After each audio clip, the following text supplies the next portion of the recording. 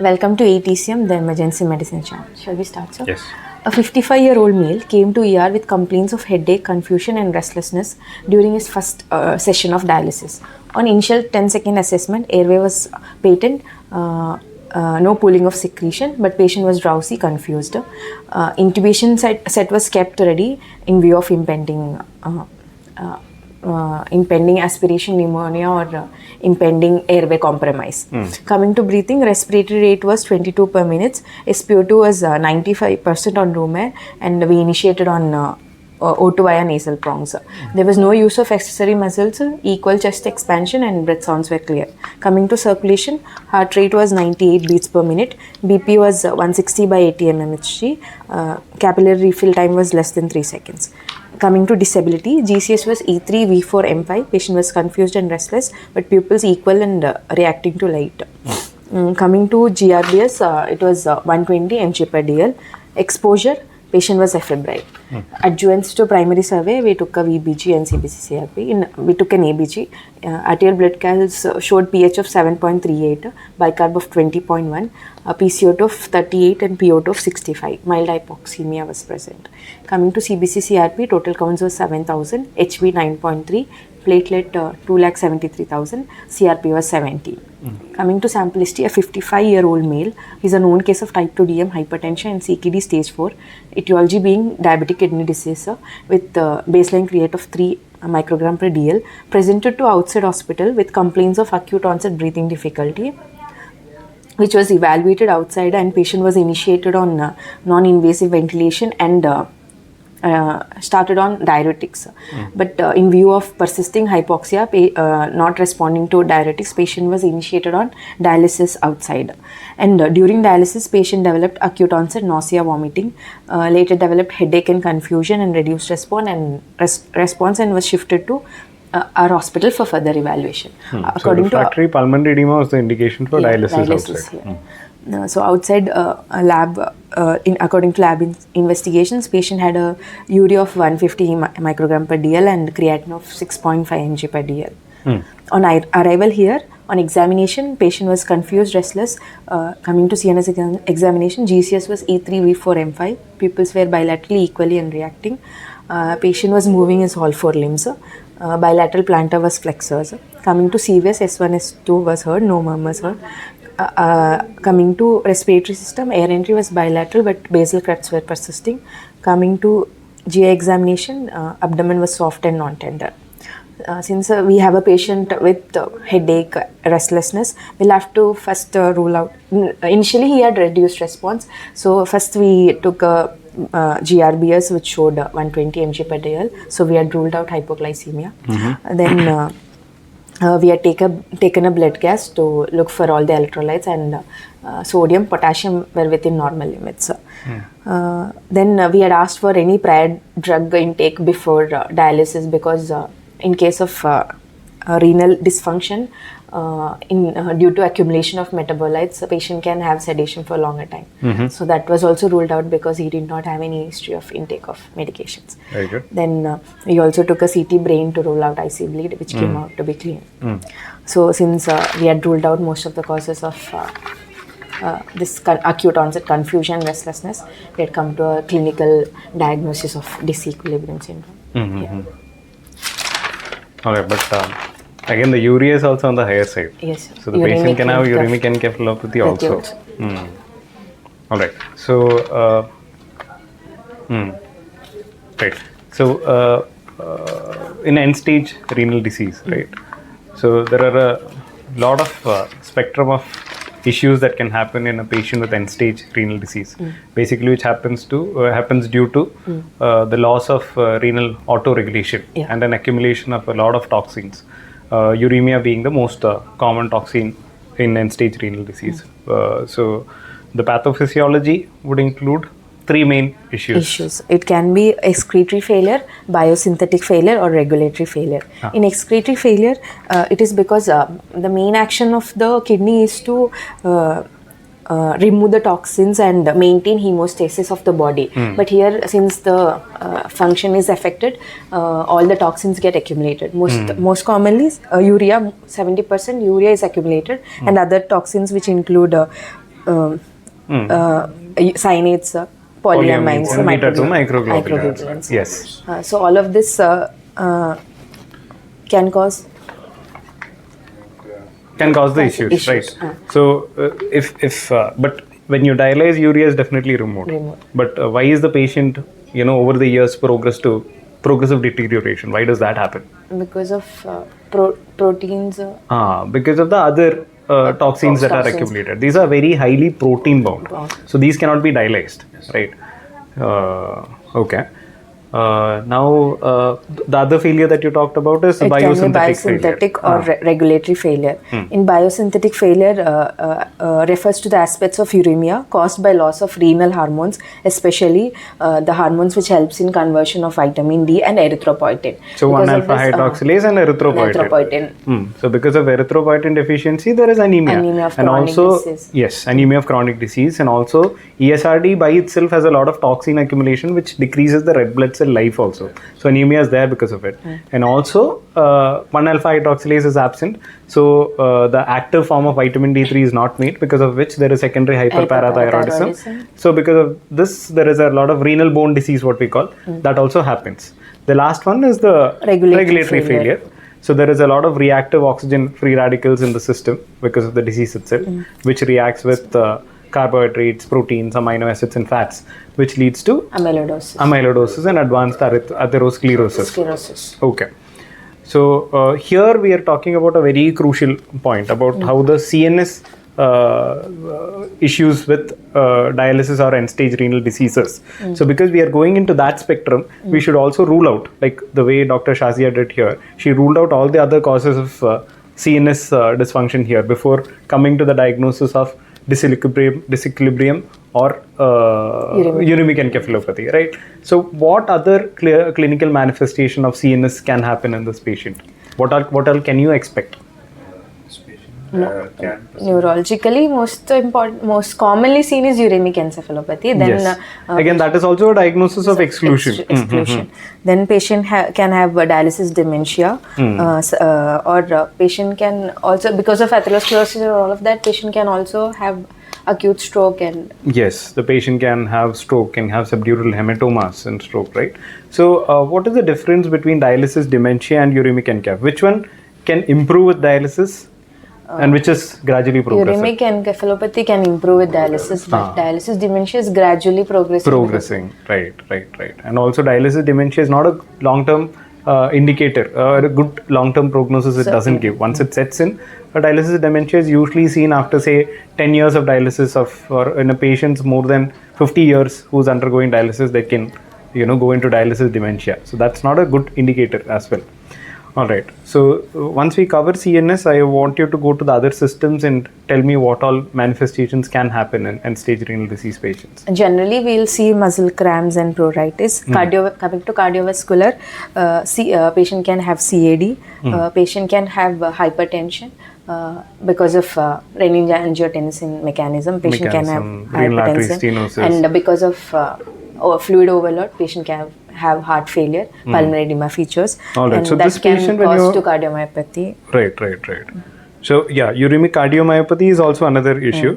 But this patient also, Dr. Shazia, when you were discussing, you were talking about bilateral crepitations were there for the patient, and the patient was slightly tachypneic as well, right? Yes, so this might be indicating, in this case scenario, acute pulmonary edema as well.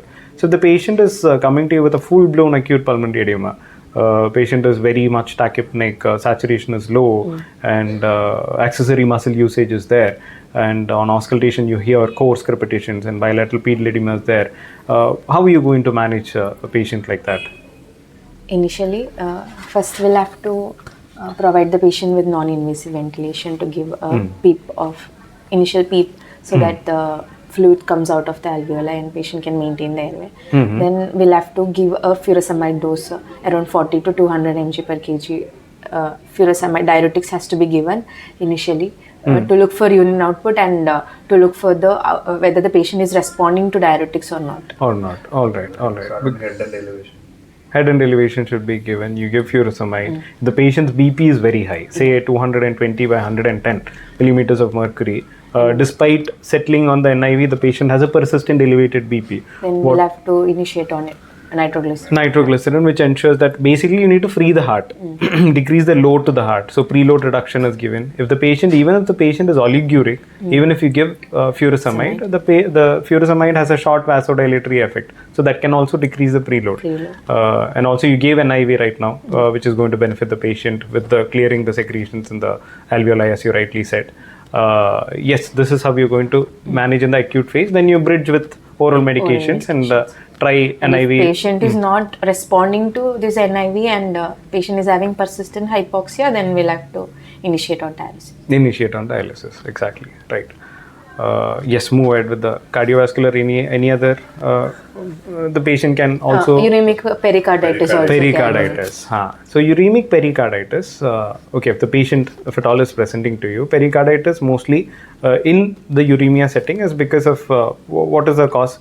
One is because of the platelet microcirculation and the platelet microactivity is inhibited. It's not going to happen properly. And also the inflammatory effect of the uremia itself is going to cause the pericarditis.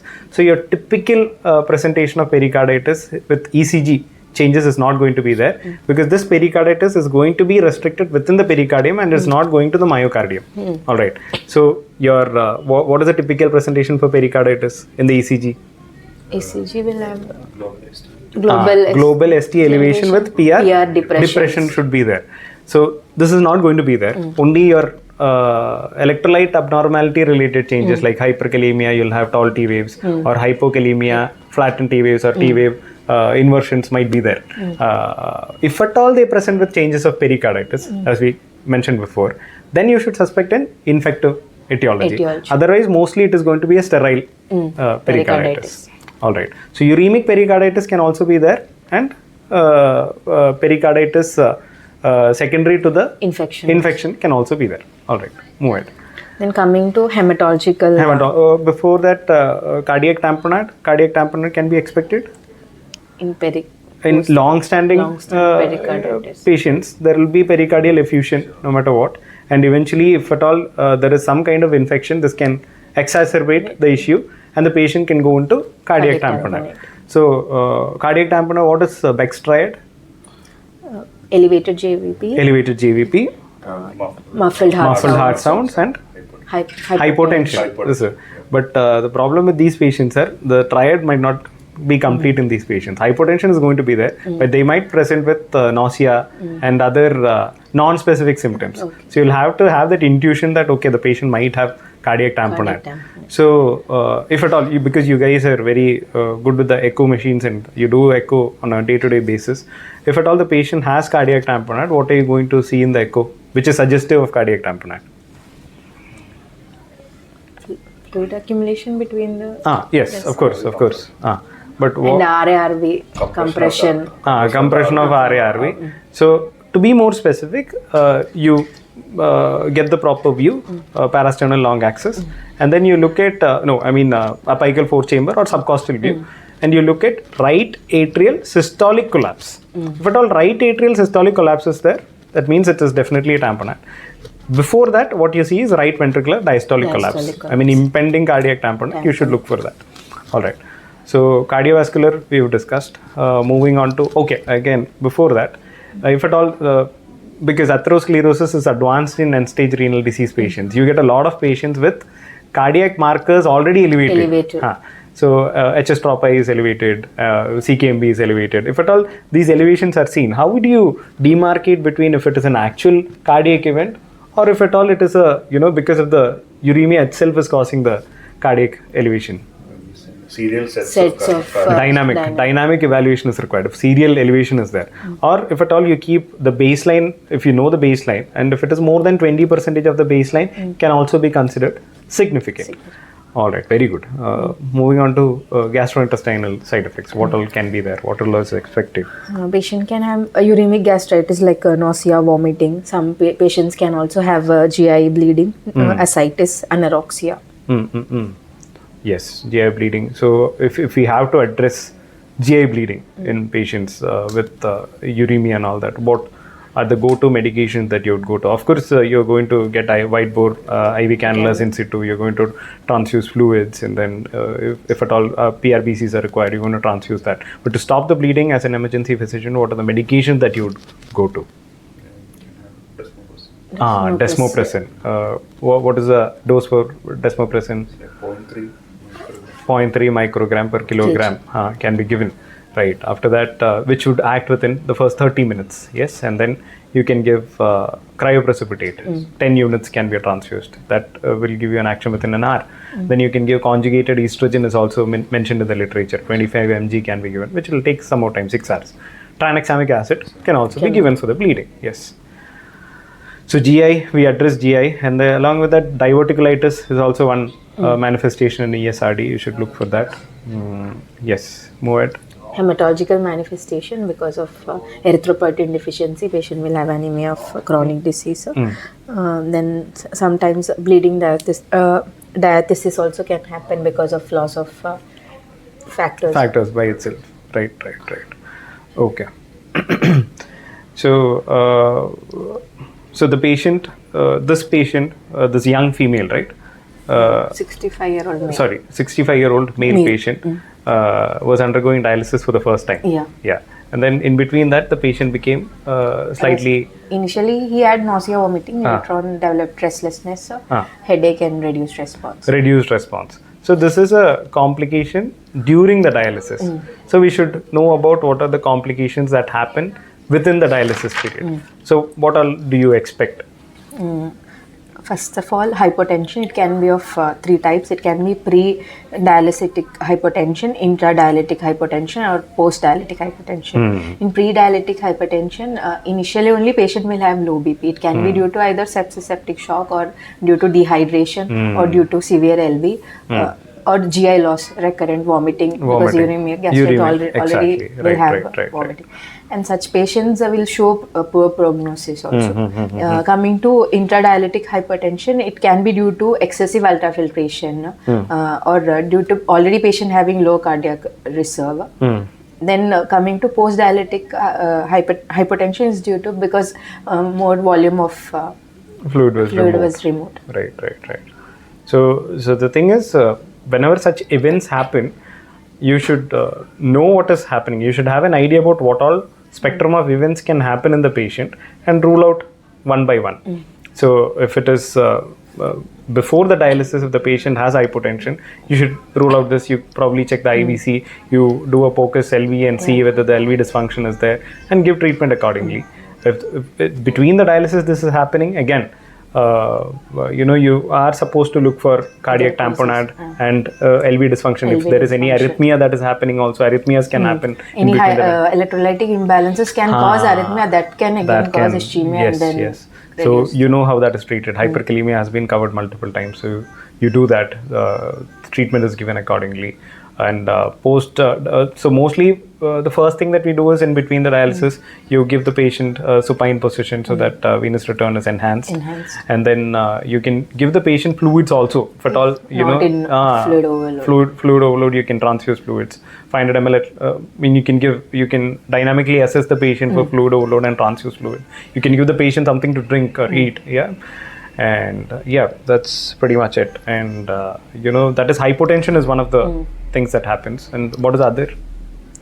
A patient can also have gastritis, GI symptoms like nausea, vomiting, headache, which is also seen in dialysis disequilibrium syndrome. Then patient can have chest pain. Initially what happens is due to already patient is having anemia of chronic disease and HP will be on lower side. So patient already will be having some cardiac issues, and since now during dialysis the volume loss is more, so the stress on the heart becomes more, and patient can have MI during the dialysis. Very good. Right. Then the patient can have arrhythmias due to electrolytic imbalances. Right. And electrolytic imbalances itself is a complication during dialysis. Which can cause arrhythmias. Then dialysate reaction. It can be of type A and type B. Type A is severe, which happens within minutes. Patient will have dyspnea, hypotension, and urticarial reactions. So we'll have to treat accordingly for the patient and stop dialysis immediately. Okay. Type B is chronic and it happens over time, and patient will have back pain, muscle cramps and pain, and in recurrent sessions this will reduce. Okay. So let's move on to the main topic of discussion today, which is dialysis disequilibrium syndrome. What do you have to talk about? It is a set of systemic and neurological symptoms that occur during or following dialysis, particularly seen in patients when initiated dialysis for the first time. Early manifestations include nausea, vomiting, restlessness, and headache. Then severity. In severe cases, we'll see seizures and coma. Full-blown disequilibrium syndrome can be precipitated in an acute setting where a uremic patient having blood urea of more than 150 mg per dl is dialysed too energetically. In severe uremia, burn is very high in plasma and brain. What happens is the pathophysiology is in severe uremia, patient will have high urine content in both brain cells and plasma. But during dialysis, what happens is we are removing the urea from the plasma, but the urea within the brain is still persisting. So this becomes hypoosmolar than the brain cells. So fluid shift happens and cerebral edema. So plasma becomes hypoosmolar compared to the brain cells. And then patient will have cerebral edema features and nausea, vomiting, restless, headache, and all of that. So it has to be addressed very fast. You should identify the issues happening and then address it fast, or else, as you said, it can go to a full-blown coma. When to suspect a DDS? DDS is complete a clinical diagnosis and diagnosis of our approach to the diagnosis depends on the severity and the clinical presentation and clinical course. In mild disequilibrium symptoms include nausea, vomiting, restlessness, headache, muscle cramps. If this happens in an acute setting, uremia patient during dialysis, consider decreasing the blood flow rate to decrease the efficacy of solute removal and pH change. Termination of dialysis if the patient is deteriorating, or we can also initiate on 3% NaCl or glucose solution so that the plasma becomes hyperosmolar. In severe disequilibrium syndrome, a patient can have seizures, stupor, coma, or death. Dialysis should be stopped immediately. Airway should be controlled and patient should be ventilated if necessary. Right. What are the risk factors for DDSR? First, patient is having his first hemodialysis, markedly elevated blood urea nitrogen more than 150 mg per dl, extremities of age, or a patient already having pre-existing neurological diseases like head trauma, stroke, or seizure disorder, or other conditions like patient already having hyponatremia or hepatic encephalopathy. Once we come to a conclusion that patient is having DDS, we'll have to check whether we'll have to first it's a diagnosis of exception, so we'll have to rule out all other causes like I told before. Exclusion. We'll have to look for hypoglycemia, then we'll have to check for out all the other CT brain and all of that. Right.